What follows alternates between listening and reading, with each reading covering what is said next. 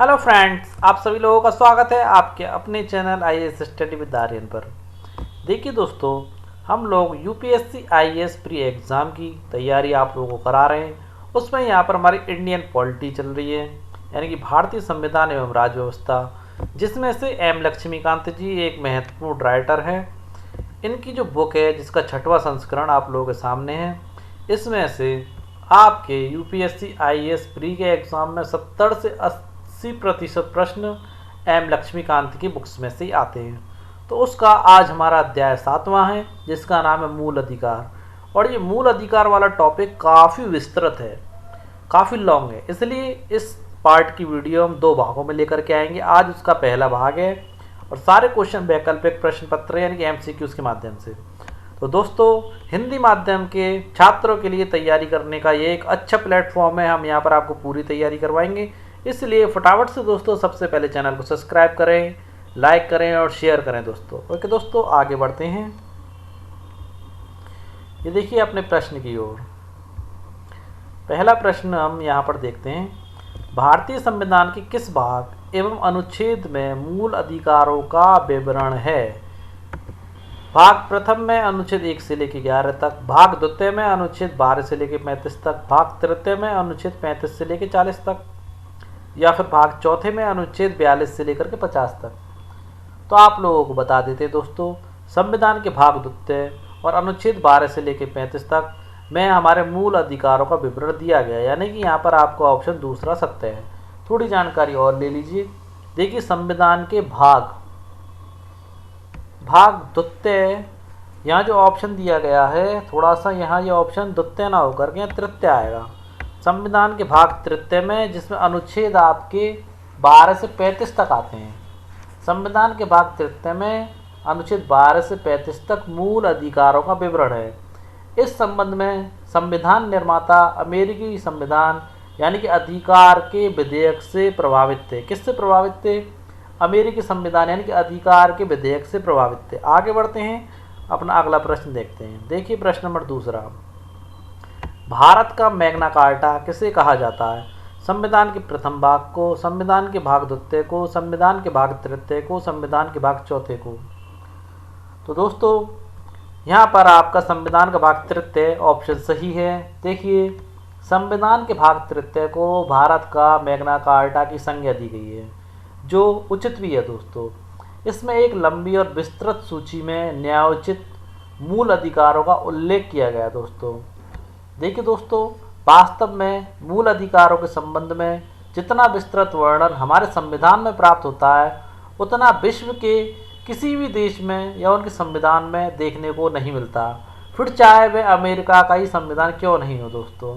एक बात और जान लीजिए दोस्तों, मूल अधिकारों को यह नाम इसलिए दिया गया, यानी कि जो नाम दिया गया था मैग्ना कार्टा, भारत का मैग्ना कार्टा, तो मूल अधिकारों को यह नाम इसलिए दिया गया क्योंकि इसमें संविधान द्वारा गारंटी एवं सुरक्षा प्रदान की गई है, जो राष्ट्र कानून का मूल सिद्धांत है। रीज़न बता दिया मैंने आप लोगों को, मूल अधिकारों को यह नाम इसलिए दिया गया क्योंकि जो संविधान द्वारा गारंटी और सुरक्षा प्रदान की गई है। ओके दोस्तों, ध्यान रखना। प्रश्न नंबर तीसरा, मूल रूप से भारतीय संविधान में निम्न में से कौन सा मूल अधिकार नहीं दिया गया है? पहला समता का अधिकार, स्वतंत्रता का अधिकार, तीसरा शोषण के विरुद्ध अधिकार, चौथा धर्म की स्वतंत्रता का अधिकार, पांचवा संस्कृति और शिक्षा संबंधी अधिकार, छठा संपत्ति का अधिकार, सातवां संवैधानिक उपचारों का अंत। तो देखिए दोस्तों, मूल रूप से भारतीय संविधान में मात्र आपका 7वें नंबर का संवैधानिक उपचारों का अंत ये नहीं दिया गया है। ओके दोस्तों, क्योंकि ये जो दिया गया है आपका संवैधानिक उपचारों का अंत, ये अनुच्छेद 32 में दिया गया है। किसके अंतर्गत दिया गया है? अनुच्छेद 32 के अंतर्गत दिया गया है। ओके दोस्तों, ना कि हमारे मौलिक अधिकार या मूल मौलिक अधिकारों में नहीं दिया गया। ओके दोस्तों, आगे बढ़ते हैं अपने अगले प्रश्न की ओर। देखिए प्रश्न नंबर चौथा, मूल अधिकारों में से संपत्ति के अधिकार को किस संविधान संशोधन द्वारा मूल अधिकारों की सूची से हटाया गया था? देखिए, पहले हमारे जो मूल अधिकार थे वो आपके 7 थे, वर्तमान में हमारे मूल अधिकार 6 हैं। तो देखिए, संपत्ति के अधिकार को मूल अधिकारों की श्रेणी में रखा जाता था, परंतु संविधान संशोधन द्वारा संपत्ति के अधिकार को वहाँ से हटा दिया गया और उस पर कानून बना दिया गया दोस्तों। तो प्रश्न यही पूछ रहा है कि संपत्ति के अधिकार को किस संविधान संशोधन द्वारा मूल अधिकारों की सूची से हटाया गया था। प्रश्न इसका ऑप्शन पहला है 42वें संविधान संशोधन द्वारा, 44वें संविधान संशोधन द्वारा, 73वें संविधान संशोधन द्वारा या 74वें संविधान संशोधन द्वारा। तो आप लोगों को बता देते हैं दोस्तों, संपत्ति का जो अधिकार था, संपत्ति के अधिकार को 42वें संविधान संशोधन अधिनियम 1978, कौन सा था? 42वें संविधान संशोधन अधिनियम 1978 के द्वारा मूल अधिकारों की सूची से हटा दिया गया। ओके दोस्तों, किसके द्वारा? इसके द्वारा इसे मूल अधिकारों की सूची से हटा दिया गया। प्रश्न नंबर 5वां देखते हैं, संपत्ति के अधिकार को किस अनुच्छेद के तहत कानूनी अधिकार बना दिया गया? अब देखिए, हटा तो दिया उन्होंने 44वें संविधान संशोधन अधिनियम 1978 द्वारा, मगर इसे कानूनी अधिकार बनाया गया था तो कौन से अनुच्छेद के तहत बनाया गया था, ये पूछ रहा प्रश्न। अनुच्छेद 300 के तहत, अनुच्छेद 32 के तहत, अनुच्छेद 105 के तहत या निम्न में से कोई नहीं। तो देखिए दोस्तों, इसको अनुच्छेद 300 के तहत, अनुच्छेद 300 में भी 300 का के तहत, अनुच्छेद 300 में भी 300 का के तहत बनाया गया था। देखिए, अनुच्छेद 300 का के तहत संपत्ति के अधिकार को 44वें संविधान संशोधन अधिनियम कौन सा था आपका? 1978 द्वारा मूल अधिकारों की सूची से हटा दिया गया। इसे संविधान के भाग कौन से? संविधान के भाग 12वें में, और अनुच्छेद और लिख लेना आप लोग, संविधान के भाग 12वें में अनुच्छेद 300 का आपके सामने लिखा हुआ है, अनुच्छेद 300 का के तहत कानूनी अधिकार बना दिया गया। और देखिए, इस तरह फिलहाल 6 मूल अधिकार हैं संपत्ति के अधिकार को हटा करके। आगे बढ़ते हैं अपने अगले प्रश्न की ओर। देखिए दोस्तों, निम्न में से मूल अधिकारों की विशेषता नहीं है, यानी मूल अधिकारों की कुछ विशेषताएं हैं और वो इनमें से कौन सी ऐसी चीज़ है जो मूल अधिकारों की विशेषताएं नहीं है। देखिए, पहला पॉइंट, मूल अधिकारों को उच्चतम न्यायालय द्वारा गारंटी एवं सुरक्षा प्रदान की जाती है, हालांकि पीड़ित सीधे उच्चतम न्यायालय जा सकता है। दोस्तों, ऐसा नहीं है कि अगर आपके मूल अधिकारों का हनन हो रहा है तो आप पहले डिस्ट्रिक्ट कोर्ट में जाएंगे, फिर हाई कोर्ट में जाएंगे, फिर सुप्रीम कोर्ट में जाएंगे। ऐसा कुछ भी नहीं है दोस्तों, आप लोग डायरेक्ट सुप्रीम कोर्ट में अपने मूल अधिकारों के, अगर आपका हनन हो रहा है तो आप जा सकते हैं। ऐसा नहीं है कि हाई कोर्ट में हारने के बाद आप अपील करेंगे। ओके दोस्तों, समझ गए होंगे मेरी बात को। आगे देखते हैं पॉइंट नंबर दूसरा, मूल अधिकारों के संशोधन को अध्याय 11 में विस्तार से वर्णित किया गया है। किसमें विस्तार से वर्णित किया है? 11 में। ये फैक्ट की बात है जो कि सही है। अनुच्छेद 19 में उल्लेखित 6 अधिकारों को तब स्थगित किया जा सकता है जब युद्ध या विदेशी आक्रमण के आधार पर राष्ट्रीय आपातकाल की घोषणा की गई हो। ये फैक्ट की बात है जो कि सही है। देखिए, मूल अधिकारों का क्रियान्वयन ऐसे इलाकों में रोका जा सकता है जहां फौजी कानून प्रभावी हों। महत्वपूर्ण बिंदु है दोस्तों, जब फौजी कानून प्रभावी हो वहां पर मूल अधिकारों का क्रियान्वयन रोका जा सकता है दोस्तों। और फौजी कानून का मतलब सैन्य शासन से है, जैसे ज़्यादातर पाकिस्तान में सैन्य शासन लगा दिया जाता है जो असामान्य परिस्थितियों में लगाया जाता है। ओके दोस्तों, भारत में भी सैन्य शासन लगाया जा सकता है पर परिस्थितियां असामान्य होने पर। अनुच्छेद 34 यह राष्ट्रीय आपातकाल से भिन्न है। ये जो फौजी कानून या फौजी सैन्य शासन लगाया जाता है वो अनुच्छेद 34 के तहत लगाया जा सकता है दोस्तों। और ये दोस्तों राष्ट्रीय आपातकाल से अलग होता है ये। ओके दोस्तों, अब 5वां पॉइंट देखिए, सभी नागरिकों को जीविका के पर्याप्त साधन प्राप्त करने का अधिकार प्रदान करते हैं। देखिए, ऐसा कहीं भी मूल अधिकारों में जिक्र नहीं है कि जीविका के पर्याप्त साधन प्राप्त करने का अधिकार देते हो। इस प्रकार आपका जो 5वां पॉइंट है वो गलत है। देखिए, जो पॉइंट दिया गया है सभी नागरिकों को जीविका के पर्याप्त साधन प्राप्त करने का अधिकार प्रदान करते हैं, ये आपके नीति निर्देशक तत्वों के अंतर्गत आते हैं। किसके अंतर्गत आते हैं दोस्तों? नीति निर्देशक तत्वों के अंतर्गत ये चीज़ आती है, ध्यान रखना, ना कि मूल अधिकारों के अंतर्गत। नीति निर्देशक तत्वों के अंतर्गत ये आपकी चीज़ आती है, मूल अधिकारों के अंतर्गत ये चीज़ आपकी नहीं आती है। आगे बढ़ते हैं, प्रश्न नंबर 7वां, राज्य की परिभाषा के संदर्भ में कौन सा कथन गलत है? देखिए, राज्य की परिभाषा जो दी गई है उसके संदर्भ में कौन सा कथन गलत है? पहला, मूल अधिकारों से संबंधित उपबंधों में राज्य शब्द का प्रयोग किया गया है। ये बिल्कुल सही बात है दोस्तों, मूल अधिकारों से संबंधित जितने भी उपबंध हैं उनमें राज्य शब्द का प्रयोग किया गया है। आगे देखते हैं। राज्य को अनुच्छेद 12 में भाग 3 के उद्देश्य के तहत परिभाषित किया गया है। किसको? राज्य को अनुच्छेद 12 में भाग 3 के उद्देश्य के तहत परिभाषित किया गया है। फैक्ट की बात है जो कि बिल्कुल सटीक है दोस्तों। पॉइंट नंबर तीसरा देखते हैं। उच्चतम न्यायालय ने किसी भी उस निजी इकाई या एजेंसी को जो बतौर राज्य की संस्था काम कर रही हो वह अनुच्छेद 12 के तहत राज्य के अर्थ में आती है। एक अच्छा उच्चतम न्यायालय द्वारा दिया गया फैसला है दोस्तों। ठीक है, राज्य अपने कानून बनाने और उनका पालन करवाने के लिए स्वतंत्र है। ये पॉइंट आपका बिल्कुल गलत है दोस्तों। राज्य अपने कानून बनाने और उनका पालन करवाने के लिए कतई स्वतंत्र नहीं है। इस प्रकार आपका 7वें प्रश्न में आपका चौथा पॉइंट गलत है। आगे बढ़ते हैं अगले प्रश्न की ओर। देखिए, राज्य में शामिल इकाइयों के संदर्भ में निम्नलिखित कथनों पर विचार कीजिए। यानी कि राज्य में जो इकाइयाँ शामिल होती है उनके संदर्भ में निम्नलिखित कथनों पर विचार कीजिए। देखिए, पहला पॉइंट है कार्यकारी एवं विधायी अंगों को संघीय सरकार में क्रियान्वित करने वाली सरकार और भारत की संसद। ये पॉइंट आपका सही है जो राज्य में शामिल है। राज्य सरकार के विधायी अंगों को प्रभावी करने वाली सरकार और राज्य विधानमंडल ये भी शामिल है दोस्तों।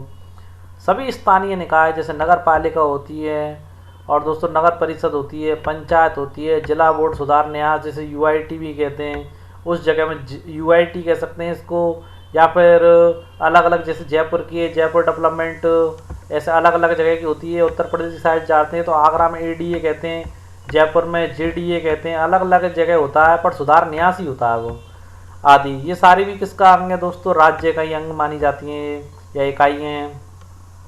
अन्य सभी निकाय अर्थात वैधानिक या गैर संवैधानिक प्राधिकरण जैसे एलआईसी, ओएनजीसी, सेल आदि। तो दोस्तों ये भी आपके राज्य की इकाइयों में शामिल हैं। तो उपरोक्त कथनों में से कौन सा कथन सत्य है? तो यहाँ पर आपके सारे ही कथन सत्य हैं। देखते हैं अगला प्रश्न। देखिए प्रश्न नंबर 9, निम्न में से कौन सा अनुच्छेद मूल अधिकारों से असंगत या अल्पीकरण करने वाली विधियों को शून्य घोषित करता है? महत्वपूर्ण प्रश्न है ये। निम्न में से कौन सा अनुच्छेद मूल अधिकारों से असंगत या उनका अल्पीकरण करने वाली विधियों को शून्य घोषित करता है? तो देखिए दोस्तों, अनुच्छेद 13वां या अनुच्छेद 12वां या अनुच्छेद 32वां या अनुच्छेद 226वां। तो बता देते दोस्तों, ऐसा आपका अनुच्छेद 13वां करता है। कौन सा करता है? अनुच्छेद 13वां। देखिए, अगर दूसरे शब्दों में कहें इसको तो ये नागरिक समीक्षा योग्य है। यह शक्ति उच्चतम न्यायालय द्वारा अनुच्छेद 32 और उच्च न्यायालय द्वारा अनुच्छेद 226 को प्राप्त है। यानी कि शून्य घोषित करने की क्षमता देख लीजिए और लिख लीजिए उच्चतम न्यायालय, यानी सुप्रीम कोर्ट को अनुच्छेद जो 32 के तहत उच्चतम न्यायालय इनको शून्य घोषित कर सकता है, और हाई कोर्ट जिसे कहते हैं उच्च न्यायालय अनुच्छेद 226 के तहत इसको शून्य घोषित कर सकता है। देखिए दोस्तों, ये सारी चीज़ जो किसी विधि को मूल अधिकारों का उल्लंघन होने के आधार पर गैर संवैधानिक या अवैध घोषित कर सकते हैं। अगर उच्चतम न्यायालय को यानी कि हाई कोर्ट को या सुप्रीम कोर्ट को ऐसा लगे कि किसी विधि को जो विधि है विधि को मूल अधिकारों का उल्लंघन हो रहा है तो गैर संवैधानिक या असंवैधानिक उसे घोषित करने का इन लोगों को अधिकार है। आगे बढ़ते हैं अगले प्रश्न की ओर। प्रश्न नंबर 10वां, विधि शब्द को व्यापक रूप से अनुच्छेद 13 के अनुसार जिनमें शामिल करके दिया गया था उसके संदर्भ में निम्नलिखित कथनों पर विचार कीजिए। देखिए, स्थायी विधियां संसद या अन्य विधानमंडल द्वारा पारित, अस्थायी विधियां जैसे राज्यपाल या राष्ट्रपति द्वारा जारी अध्यादेश या प्रत्योजित विधान यानी कार्यपालिका विधान की प्रकृति में संवैधानिक साधन जैसे अध्यादेश, आदेश, उपविधि, नियम, विनियम या अधिसूचना। चौथा, विधि के गैर विधायी स्रोत जैसे विधि का बल रखने वाली रूढ़ी या प्रथा। ओके दोस्तों, देखिए दोस्तों, विधि को व्यापक रूप यानी कि अनुच्छेद 13 के तहत विधि यानी कि कानून को जो व्यापक रूप दिया गया है वो स्थायी विधियां संसद या राज्य विधानमंडल द्वारा पारित भी किया गया है, अस्थायी विधियां जैसे राज्यपाल और राष्ट्रपति द्वारा जारी अध्यादेशों के द्वारा भी दिया गया है। यानी कानून को जो व्यापक रूप दिया गया है, और प्रत्यायोजित विधान यानी कार्यपालिका विधान की प्रकृति में संवैधानिक साधन जैसे अध्यादेशों द्वारा, आदेशों द्वारा, उपविधि नियम द्वारा, विनियमन और अधिसूचना के द्वारा भी विधि को व्यापक रूप प्रदान किया गया है जो अनुच्छेद 13 के तहत है। और विधि के गैर विधायी स्रोत यानी कि जैसे विधि का बल रखने वाली रूढ़ी या प्रथा, तो इन सब चीज़ों के माध्यम से विधि यानी कानून को व्यापक रूप दिया गया अनुच्छेद 13 के तहत। तो देखिए उपरोक्त कथनों में से कौन सा कथन सत्य है, तो यहाँ पर उपरोक्त सभी कथन सत्य है। आगे देखते हैं अपना अगला प्रश्न। देखिए दोस्तों, क्या भारतीय संविधान संशोधन को चुनौती दी जा सकती है? एक अच्छा प्रश्न है दोस्तों। क्या भारत में जो संविधान का संशोधन किया जाता है उसे चुनौती दी जा सकती है? देखिए चुनौती दी जा सकती है, चुनौती नहीं दी जा सकती, चुनौती दे भी सकते हैं और नहीं भी। तो दोस्तों चुनौती नहीं दी जा सकती, इसका सटीक उत्तर ये है। पर इसे थोड़ा सा डिस्क्राइब में समझाना चाहूँगा दोस्तों। देखिए अनुच्छेद 13 जो था वो ये घोषित करता है कि संविधान संशोधन कोई विधि नहीं है, यानी संविधान का जो संशोधन किया जाता है वो कोई कानून नहीं है, इसलिए इसे चुनौती नहीं दी जा सकती। पर दोस्तों क्या हुआ, उच्चतम न्यायालय ने केशवानंद भारती वाले मामले में, जो पिछले अध्याय में आपको बता चुका हूँ, केशवानंद भारती मामला जो 1973 में, उसमें कहा कि मूल अधिकारों के हनन के आधार पर, यदि आपके मूल अधिकारों का हनन होता है तो मूल अधिकारों के हनन के आधार पर संविधान संशोधन को चुनौती दी जा सकती है। यानी कि ओनली एकमात्र पहलू है, अगर आपके मूल अधिकारों का हनन हो रहा है तो आप संविधान संशोधन को चुनौती दे सकते हैं। यदि वे संविधान के मूल ढांचे के खिलाफ हो तो उसे अवैध भी घोषित किया जा सकता है। ओके दोस्तों, ओनली मूल अधिकारों का हनन होने पर संविधान संशोधन को चुनौती दे सकते हैं, और मूल ढांचे के, संविधान के मूल ढांचे के खिलाफ हो तो उसे अवैध और शून्य घोषित करवाया जा सकता है। ओके दोस्तों, वैसे भारत के संविधान संशोधन को चुनौती नहीं दी जा सकती है। आगे बढ़ते हैं। समानता का अधिकार। समानता का अधिकार में दिए गए विधि के समक्ष समता और विधियों का समान संरक्षण के संदर्भ में कौन सा कथन गलत है? देखिए समानता के अधिकार में क्या दिया गया, विधि के समक्ष सभी समान है, समता और विधियों का समान संरक्षण, ये सब चीज़ दी गई है। तो पूछ रहा उसमें कौन सा कथन गलत है। देखिए अनुच्छेद 14 में, यानी कि अनुच्छेद 14 में कहा गया है कि भारत के राज्य क्षेत्र में किसी व्यक्ति को विधि के समक्ष समता से या विधियों के समान संरक्षण से वंचित नहीं रखेगा, यानी कानून सबके लिए समान है, ये प्रावधान किया गया है। दूसरा, विधि यानी कि कानून के समक्ष समता, समानता का विचार ब्रिटिश मूल का है। कहाँ से आया विचार? ब्रिटिश मूल का है। जबकि विधियों के समान संरक्षण को अमेरिका के संविधान से लिया गया है, यानी समानता का विचार ब्रिटिश मूल से आया है और उसके समान संरक्षण को अमेरिका के संविधान से लिया गया है। ये पॉइंट भी आपका बिल्कुल सही है। अब देखिए उच्चतम न्यायालय ने व्यवस्था दी कि जहाँ समान एवं असमान के बीच अलग अलग व्यवहार होता हो तो अनुच्छेद 14 लागू होगा। तो दोस्तों यहाँ पर आपका पॉइंट गलत है। उच्चतम न्यायालय ने व्यवस्था दी थी, ये बात सत्य है। जहाँ समान एवं असमान के बीच अलग अलग व्यवहार होता हो तो अनुच्छेद 14 लागू नहीं होगा। क्या होगा दोस्तों? अनुच्छेद 14 लागू नहीं होगा। जब समान और असमान के बीच अलग अलग व्यवहार होता हो वहाँ अनुच्छेद 14 लागू नहीं होगा। ओके दोस्तों, उम्मीद है आप समझ चुके होंगे। आगे बढ़ते हैं, अपना अगला प्रश्न देखते हैं। भारत के राष्ट्रपति और राज्यपालों के पास निम्न में से कौन सी शक्ति नहीं होती, यानी कि उनके पास कौन कौन सी शक्ति होती हैं और कौन सी नहीं होती। देखिए अपने कार्यकाल में, चाहे वो राष्ट्रपति हो या राज्यपाल, उनके द्वारा जो कार्य किए जाते हैं या उनके द्वारा निर्णय किए जाते हैं, निर्णय के प्रति देश के किसी भी न्यायालय में जवाबदेही मांगी जा सकती है, यानी कि उनसे जवाबदेही किसी भी न्यायालय द्वारा मांगी जा सकती है, कह रहा है। जबकि दोस्तों ये पॉइंट सरासर गलत है।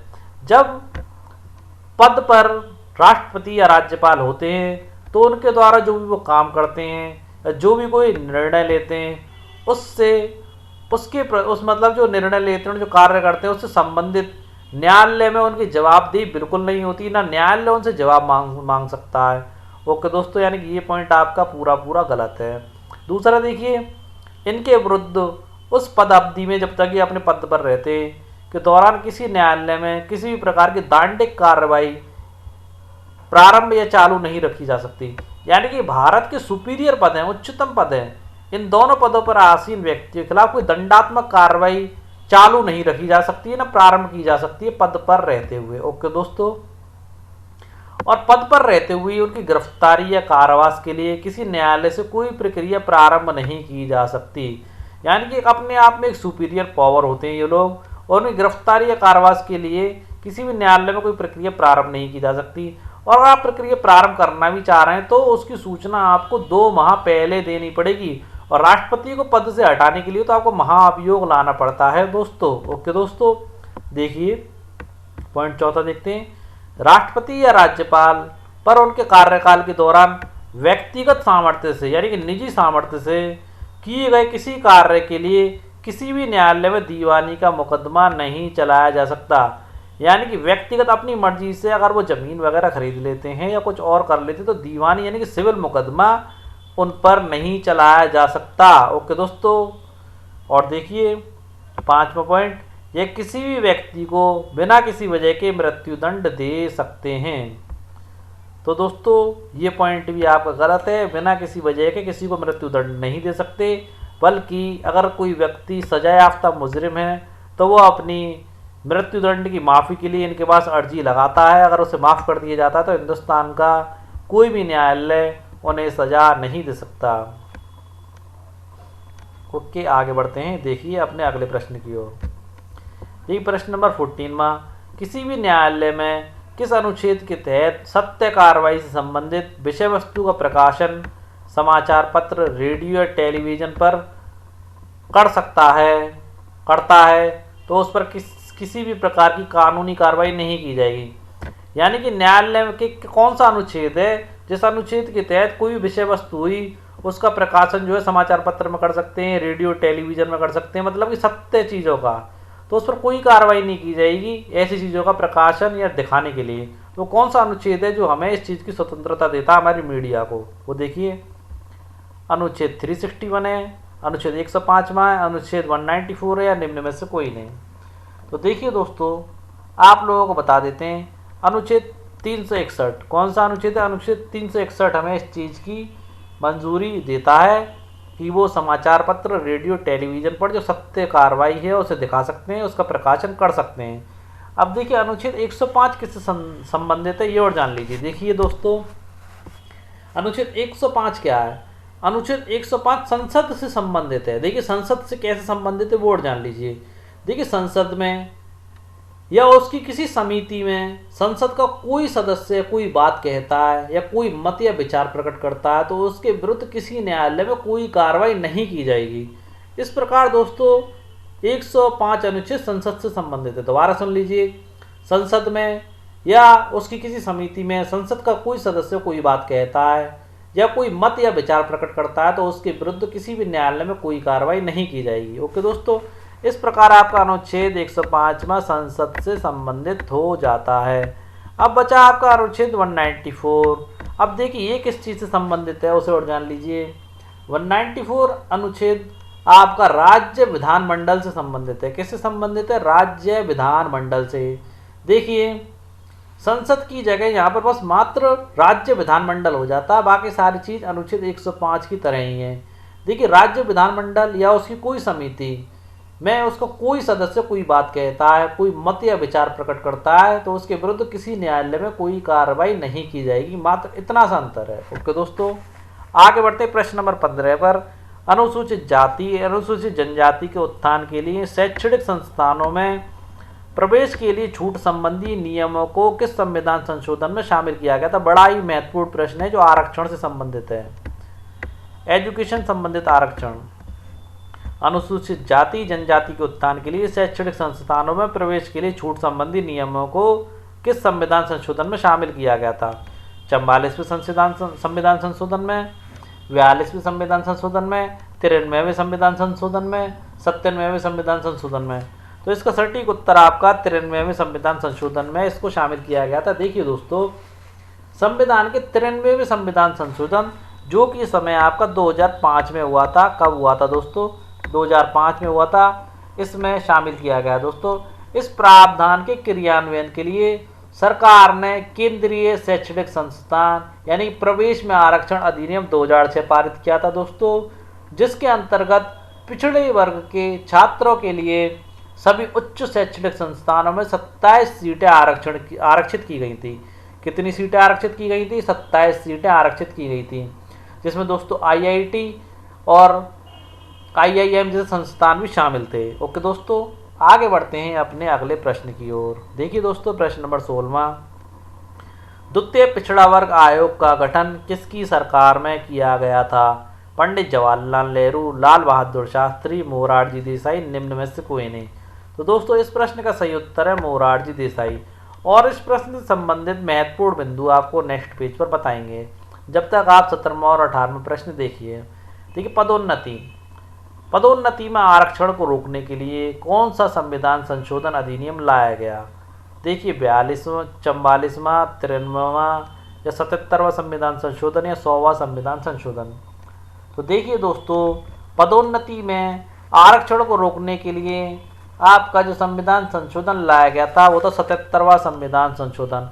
इस प्रश्न से संबंधित महत्वपूर्ण बिंदु भी आपको नेक्स्ट पेज पर मिलेंगे। लास्ट प्रश्न देखिए इस पेज का, किस संविधान संशोधन में सरकारी नौकरियों में पदोन्नति के लिए परिमाणिक वरिष्ठता की व्यवस्था अनुसूचित जाति और जनजाति के लिए की गई? यानी कि दोस्तों, परिमाणिक, जब उस पदों के लिए या उन लोगों की संख्या में कमी हो और कोई लोग ना हो तो अनुसूचित जाति जनजाति के लोगों से पदोन्नति की जा सकती है। ये व्यवस्था किस संविधान संशोधन में की गई थी, ये पूछ रहा है आपसे। तो 82वें संविधान संशोधन, 93वें संविधान संशोधन, 85वें संविधान संशोधन में। तो 18वें का आपका सही उत्तर मैं आपको बता देता हूँ। ये व्यवस्था आपका 85वें संविधान संशोधन में की गई थी। अब तीनों प्रश्नों से संबंधित महत्वपूर्ण बिंदु यहाँ देखिए दोस्तों। देखिए, टाइम था 1979 का। मोरारजी देसाई जी की सरकार ने द्वितीय पिछड़ा वर्ग आयोग का गठन संसदीय सदस्य बीपी मंडल की अध्यक्षता में किया। तो दोस्तों, ये जो जाना जाता है मंडल आयोग के नाम से भी जाना जाता है। किस नाम से जाना जाता है? मंडल आयोग के नाम से आज इसको जाना जाता है दोस्तों। ओके दोस्तों, एक बात और जान लीजिए दोस्तों, अनुच्छेद 340 के तहत पिछड़ा वर्ग के लोगों की शैक्षणिक एवं सामाजिक स्थिति की जांच करते हुए उनकी उन्नति के लिए सुझाव प्रस्तुत करने की व्यवस्था करता है। ओके दोस्तों, कौन से अनुच्छेद के तहत करता है? 340 के तहत। अब देखिए, पदोन्नति से संबंधित महत्वपूर्ण बिंदु। पदोन्नति में आरक्षण को समाप्त करने के मामले में 77वें संविधान संशोधन को 1995 में पास कराया गया था। ओके दोस्तों, इसने अनुच्छेद 16 में नई व्यवस्था जोड़ी। महत्वपूर्ण बिंदु है, कौन सी नई व्यवस्था जोड़ी गई थी वो देख लीजिए। इसके तहत राज्यों को शक्ति प्रदान की गई कि राज्य सीमाओं में पर्याप्त प्रतिनिधित्व ना होने की स्थिति में, यानी कि पर्याप्त प्रतिनिधित्व नहीं होगा या पर्याप्त लोग नहीं होंगे, उस स्थिति में राज्य के अंतर्गत सेवाओं में अनुसूचित जाति और जनजाति को प्रोन्नति या पदोन्नति में आरक्षण दिया जा सकता है। यानी पर्याप्त लोगों के ना होने पर, पर्याप्त प्रतिनिधि ना होने पर इन लोगों को, अनुसूचित जाति और जनजाति के लोगों को आप आरक्षण दे सकते हैं। ओके दोस्तों, आपका अगला महत्वपूर्ण बिंदु लास्ट 18वें प्रश्न का देखिए। 2001 का 85वां संविधान संशोधन अनुसूचित जनजाति सरकारी सेवकों हेतु आरक्षण विषय के तहत पदोन्नति के मामलों में परिमाणिक का मतलब है कि यानी कि अगर नहीं हो तो दे सकते हैं, परिमाणिक वरिष्ठता की व्यवस्था करता है। आगे बढ़ते हैं अगले प्रश्न की ओर। प्रश्न नंबर 19वां, मंडल आयोग ने अपनी रिपोर्ट में क्या कहा था? मंडल आयोग के विषय में मैं आपको बता ही चुका हूँ, जस्ट अभी पीछे बताया था। देखिए, बीपी मंडल की जो अध्यक्षता में जो द्वितीय पिछड़ा वर्ग आयोग बनाया गया था उसे मंडल आयोग कहा जाता है। तो देखिए, मंडल आयोग ने अपनी रिपोर्ट में क्या कहा था? आयोग ने अपनी रिपोर्ट 1980 में प्रस्तुत की, या इन्होंने 3743 जातियों की पहचान की जो सामाजिक एवं शैक्षणिक आधार पर पिछड़ी थी। जनसंख्या में उनका हिस्सा 52% था, जिसमें अनुसूचित जाति एवं जनजाति शामिल नहीं है। आयोग ने अन्य पिछड़ा वर्गों के लिए सरकारी नौकरियों 50% आरक्षण की सिफारिश की थी। तो देखिए दोस्तों, आयोग ने अपनी रिपोर्ट 1980 में प्रस्तुत की। ये फैक्ट की बात है, बिल्कुल सत्य है।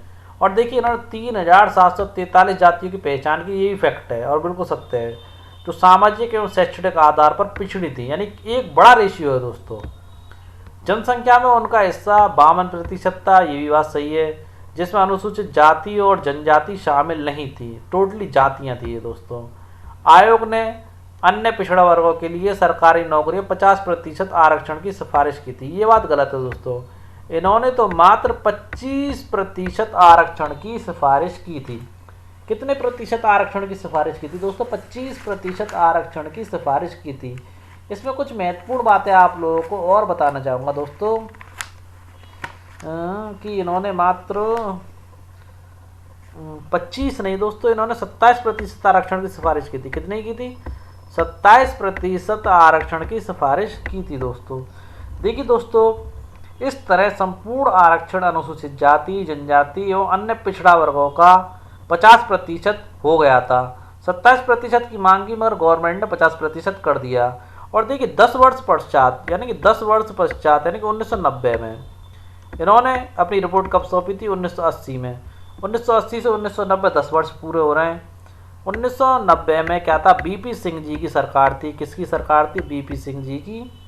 तो क्या हुआ दोस्तों?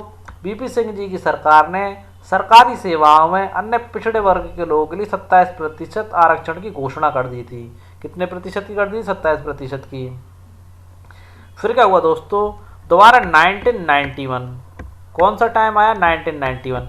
1991 में नरसिंह राव जी की सरकार बनी। उन्होंने 2 परिवर्तन प्रस्तुत किए। एक में उन्होंने 27% पिछड़े वर्ग के गरीब लोगों को प्रमुखता, जैसे आर्थिक आधार पर आरक्षण, और दूसरा उन्होंने दिया 10% का अतिरिक्त आरक्षण गरीबों के लिए, विशेष रूप से उच्च जातियों में आर्थिक रूप से कमजोरों के लिए। इस चीज़ की व्यवस्था उन्होंने की थी दोस्तों। आगे बढ़ते हैं अगले प्रश्न की ओर। देखिए प्रश्न नंबर 20वां, मूल अधिकारों में दिए गए समानता का अधिकार में दिए गए अधिकारों को नीचे दी गई सूची से सुमेल कीजिए। देखिए विधि के समक्ष सभी समान है, ये किस अनुच्छेद में कहा गया है? देखिए दोस्तों, विधि के समक्ष सभी समान है, यह आपके अनुच्छेद 14 के तहत कहा गया है। कौन से अनुच्छेद के तहत? अनुच्छेद 14 के तहत, कि विधि के समक्ष सभी समान है। अब देखिए धर्म, जाति, लिंग के आधार पर भेद नहीं है, यह आपके अनुच्छेद 15 के तहत कहा गया है। देखिए लोक नियोजन यानी कि सभी लोगों को अवसरों की समानता रहेगी भारत में, यह अनुच्छेद 16 के तहत कहा गया है। अस्पृश्य संहिता यानी छुआछूत का जो अंत किया गया, छुआछूत का, अस्पृश्य संहिता का जो अंत किया गया है, वह आपका अनुच्छेद 17 के तहत किया गया है। और उपाधियों का जो अंत किया गया है कि भारत में किसी को भी राव वगैरह या सवाई या टोपे ऐसी किसी प्रकार की उपाधि नहीं दी जाएगी, ये अनुच्छेद 18 के तहत प्रावधान किया गया है। इस प्रकार दोस्तों आपका यहाँ पर जो ऑप्शन सही है, पहले का 5वां, फिर चौथा, फिर तीसरा, फिर दूसरा, फिर पहला सत्य है। अगला आगे देखते हैं अगला प्रश्न। देखिए प्रश्न नंबर 21वां, अस्पृश्य संहिता का जो अधिनियम था 1955 में, तो मूलभूत संशोधन के संदर्भ में निम्नलिखित कथनों पर विचार कीजिए। उस मूलभूत संशोधन किया गया था, उसके संदर्भ में विचार करने के लिए कह रहा है। देखिए 1976 में अस्पृश्य संहिता अधिनियम 1955 में मूलभूत संशोधन किया गया। बिल्कुल सही बात है। इसमें संशोधन करते हुए नागरिक अधिकारों की रक्षा अधिनियम 1955 दिया गया। क्या कर दिया दोस्तों? नागरिक अधिकारों की रक्षा अधिनियम 1955 दे दिया गया संशोधन करके। इसमें विस्तार किया गया दोस्तों, दांडिक उपबंध बनाया गया इसमें, और सख्त बनाया गया, सख्त नियम बनाया गया, दांडिक उपबंधों को और सख्त बनाया गया। अब देखिए अधिनियम में यानी कि छुआछूत अस्पृश्य संहिता के प्रत्येक प्रकार को समाप्त करते हुए अनुच्छेद 17 में व्यवस्था सुनिश्चित कर दी गई थी। अब देखिए उपरोक्त कथनों में से कौन सा कथन सही है? तो यहाँ पर आपके सारे ही कथन सही है। आगे बढ़ते हैं अगले प्रश्न की ओर। देखिए छुआछूत को दंडनीय अपराध किस अधिनियम के तहत घोषित किया गया? महत्वपूर्ण प्रश्न। छुआछूत को दंडनीय अपराध किस अधिनियम के तहत घोषित किया गया? नागरिक अधिकारों की रक्षा अधिनियम 1955, जन अधिकार सुरक्षा अधिनियम 1955, अस्पृश्य संहिता अधिनियम 1955, निम्न में से कोई नहीं। तो दोस्तों एक एक चीज को मैं यहाँ पर आपको बारीकी से समझाना चाहूँगा। देखिए अस्पृश्य संहिता जो अधिनियम 1955 था, ये जो पहला था अस्पृश्य संहिता अधिनियम 1955, इसमें क्या था?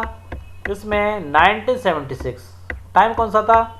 1976 में मूलभूत संशोधन किया गया। क्या संशोधन किया गया? मूलभूत संशोधन किया गया, और संशोधन करके जो था आपका इसको नागरिक अधिकारों की रक्षा अधिनियम 1955 कर दिया गया, यानी कि ये बना दिया गया, इसको नागरिक अधिकारों की रक्षा अधिनियम 1955 बना दिया गया। ओके दोस्तों, जिसमें विस्तार कर दंडिक उपबंध और सख्त बनाए गए थे, यानी दांडिक उपबंध और सख्त बनाए गए थे। परंतु दोस्तों दांडिक अपराध जन अधिकार सुरक्षा अधिनियम 1955 के तहत घोषित किया गया। दांडिक अपराध किसके तहत घोषित किया गया दोस्तों? जन अधिकार सुरक्षा अधिनियम 1955 के तहत घोषित किया गया। इसमें दोस्तों ये प्रावधान किया गया कि अगर कोई ऐसा करता है तो उसे 6 माह का कारावास दिया जाएगा या 500 रुपये का दंड देना, यानी कि दोनों चीज़ें शामिल हैं। या तो 500 रुपये का दंड दे सकते हैं या 6 माह का कारावास, या दोनों चीज़ें दे सकते हैं। और जो व्यक्ति दोषी पाया जाएगा उसे संसद या राज्य विधानमंडल चुनाव के लिए अयोग्य करार दे देगा। ओके दोस्तों, इस प्रकार यहाँ पर आपका जो प्रश्न का जो ऑप्शन है सेकंड सही है। जन अधिकार सुरक्षा अधिनियम 1955 के तहत छुआछूत को दंडनीय अपराध घोषित कर दिया गया। ओके दोस्तों, समझ गए होंगे आप पूरे कॉन्सेप्ट को। आगे देखते हैं प्रश्न नंबर 23वां। मूल अधिकारों में उपाधियों के अंत के प्रावधान के बावजूद उच्चतम न्यायालय ने जिन उपलब्धियों को उचित ठहराया वह है। देखिए, एक तरफ तो उपाधियों का अंत कर दिया गया, तो उच्चतम न्यायालय ने जिन उपाधियों को उचित ठहराया वह कौन सी उपाधियां हैं? लॉर्ड एवं राजा की, पद्म विभूषण, पद्म भूषण, पद्मश्री। देखिए, इस उपाधि को बिल्कुल भी उचित नहीं ठहराया गया। मात्र भारत में जो उपलब्धियां थी यानी पुरस्कार माना गया है इन्हें, ना कि उपाधियां। पद्म विभूषण, पद्म भूषण और पद्मश्री, इन तीनों को उच्चतम न्यायालय ने सही ठहराया है। देखिए, एक फैसला दिया था उच्चतम न्यायालय ने, टाइम था आपका 1996। कौन सा समय था? 1996। 1996 में उच्चतम न्यायालय ने जिन उपलब्धियों की संवैधानिक वैधता यानी कि कानूनी वैधता को उचित ठहराया था, उसमें आपका पद्म विभूषण था, पद्म भूषण था और पद्मश्री था। देखिए दोस्तों, न्यायालय ने कहा कि यह पुरस्कार उपाधि नहीं है तथा अनुच्छेद 18 में वर्णित प्रावधानों का इनसे उल्लंघन नहीं होता। क्योंकि अनुच्छेद 18 में उपाधियों का अंत किया गया था, तो न्यायालय ने कहा कि अनुच्छेद 18 में वर्णित प्रावधानों का इनसे उल्लंघन नहीं होता। इस तरह ये समानता के सिद्धांत के प्रतिकूल नहीं है। ओके दोस्तों, उम्मीद है आप समझ गए होंगे। आगे देखते हैं प्रश्न नंबर अगला। प्रश्न नंबर 24वां देखिए, भारतीय राष्ट्रीय पुरस्कारों की संस्थापना कब हुई थी? 1952 में, 1954 में, 1977, 1978। तो देखिए दोस्तों, भारतीय राष्ट्रीय पुरस्कारों की संस्थापना आपकी 1954 में हुई थी। कब हुई थी दोस्तों? 1954 में। देखिए दोस्तों, इन राष्ट्रीय पुरस्कारों की संस्थापना 1954 में हुई और देखिए टाइम था 1977 का। 1977 में मोरारजी देसाई के नेतृत्व वाली जनता पार्टी ने उनका क्रम तोड़ दिया। फिर क्या हुआ दोस्तों? 1980 का समय आया, इंदिरा गांधी जी प्रधानमंत्री बनी। इंदिरा गांधी सरकार ने उन्हें पुनः प्रारंभ कर दिया था। ओके दोस्तों, अब देखते हैं अपना अगला प्रश्न। देखिए दोस्तों, प्रश्न नंबर 25वां। यहाँ एक मैंने सूची आप लोगों के सामने रखी है। देखिए दोस्तों, मूल अधिकारों में दिए गए स्वतंत्रता के अधिकार को नीचे दी गई सूची में मिलान कीजिए। देखिए, अभिव्यक्ति की स्वतंत्रता किसके तहत दी गई है? हमें अभिव्यक्ति की स्वतंत्रता, अपनी बात रखने की स्वतंत्रता, और इसी के अंतर्गत जो आपका 5वां पॉइंट दिया गया है जिससे कहते हैं प्रेस की स्वतंत्रता, ये भी आती है। तो दोस्तों, अभिव्यक्ति की स्वतंत्रता, अपनी बात रखने की स्वतंत्रता की जो आज़ादी हमें दी गई है वो अनुच्छेद 19A के तहत दी गई है। किसके तहत दी गई है? 19A के तहत। यानी प्रेस की स्वतंत्रता भी हमें अनुच्छेद 19A के तहत दी गई है। अब देखिए, शांतिपूर्वक सम्मेलन करने की स्वतंत्रता, यानी किसी भी धर्म का हो वो शांतिपूर्वक सम्मेलन करना चाहे और देश विरोधी बात ना करे तो वो शांतिपूर्वक सम्मेलन कर सकता है। इस चीज़ की स्वतंत्रता अनुच्छेद 19B के तहत दी गई है दोस्तों। और निर्बाध विचरण करने की स्वतंत्रता, यानी कि आप कहीं भी घूम फिर सकते हैं अगर आपका उद्देश्य देश को हानि पहुंचाना या सूचनाओं को दूसरे देशों को देना ना हो, तो आप अगर जासूसी नहीं करते हैं तो आप इंडिया में कहीं भी घूम सकते हैं। ओके दोस्तों, अनुच्छेद 19C के तहत। संपत्ति अर्जित करने की स्वतंत्रता, यानी आप खूब संपत्ति अर्जित करिए, आपको कोई नहीं रोकेगा। इस चीज़ की स्वतंत्रता अनुच्छेद 19D के तहत दी गई है। ओके दोस्तों, इस प्रकार यहाँ पर आपका ऑप्शन डी सही है। पहले का पहला, दूसरे का दूसरा, तीसरे का तीसरे, चौथे का चौथा और आपका 5वें का भी पहला ही है दोस्तों। ओके दोस्तों, एक प्रकार की स्वतंत्रता और थी दोस्तों, संगठन बनाने की स्वतंत्रता। हम किसी भी प्रकार का संगठन बना सकते हैं परंतु वो देश विरोधी नहीं होना चाहिए। तो संगठन बनाने की स्वतंत्रता हमें अनुच्छेद 19F के तहत दी गई है। 19F के तहत हमें किसी भी प्रकार का संगठन बनाने की स्वतंत्रता दी गई है, बशर्ते कि वो संगठन देश विरोधी क्रियाओं में शामिल ना हो। आगे बढ़ते हैं, प्रश्न नंबर 26वां। स्वतंत्रता के अधिकार में से संपत्ति के अधिकार को कब अलग किया गया था? ओके दोस्तों, देखिए 1952 में, 1954 में, 1977 में, 1978 में। तो देखिए दोस्तों,